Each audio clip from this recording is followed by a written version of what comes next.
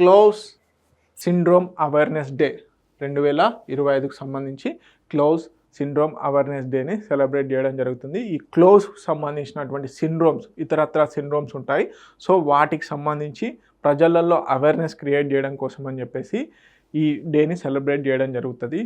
Okay, highlighting rare congenital over growth disorders ఏవైతే ఉంటాయో వాటికి అవేర్నెస్ కోసం అని చెప్పేసి, ఓవర్ గ్రోత్ డిసార్డర్స్ ఏవైతే ఉంటాయో, ఓకే, కొంతమందికి హెయిర్స్ ఎక్కువగా పెరగడం, కొంతమందికి అన్ఎక్స్పెక్టెడ్గా నెయిల్స్ కానీ ఇతరత్ర ఇలాంటి అన్నీ ఓవర్ గ్రోత్ అవుతూ ఉంటాయి. సో వాటి మీద ఆ డిసీజెస్ని క్లోవ్స్ సిండ్రోమ్స్ అని పేర్కొనడం జరుగుతుంది. వాటిపైన అవగాహన పెంచడం కోసం అని చెప్పేసి ఈ డేని సెలబ్రేట్ చేయడం జరుగుతుంది.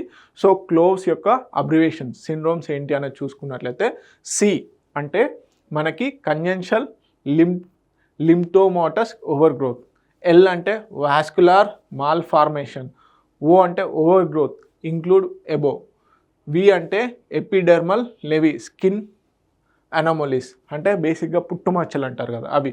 అదేవిధంగా ఈ అంటే skeletal spinal anomalies. So places present at birth, especially anomalies కనుక చూసుకున్నట్లయితే fatty tissue masses, vascular issues, skin lesions and bone deformities ఏవైతే ఉంటాయో ఇవి బేసిక్గా అవుతాయి అన్నమాట. సో ఓవర్ గ్రోత్ ఉంటాయి. సో దీన్ని బేసిక్గా రేర్ అండ్ ఆఫెన్ మిస్డయాగ్నోస్డ్, అదేవిధంగా supports early detection, proper care, community involvement, research and advanced therapies ద్వారా ఈ క్లోవ్స్ సిండ్రోమ్స్ ఏవైతే ఉంటాయో వాటిని తగ్గించాలన్న ఉద్దేశంతో ఒక అవేర్నెస్ డేని సెలబ్రేట్ చేయడం జరుగుతుంది. సో బేసిక్గా ట్రీట్మెంట్ ఏ విధంగా అంటే ఇలాంటి వాటికి సర్జరీ ద్వారా రిమూవ్ ఓవర్ గ్రోత్స్, అదేవిధంగా సైరోలిమస్, ఓకే, టార్గెటెడ్ డ్రగ్ థెరపీ, అదేవిధంగా సెలెరోథెరపీ, వాస్కులార్ మాల్ ఫార్మేషన్స్ ద్వారా వీటిని తగ్గించవచ్చు. ఓకే, తెలుగు మీడియం అభ్యర్థులు ఎవరైతే ఉన్నారో ప్లీజ్ నోట్ ఇట్ డౌన్.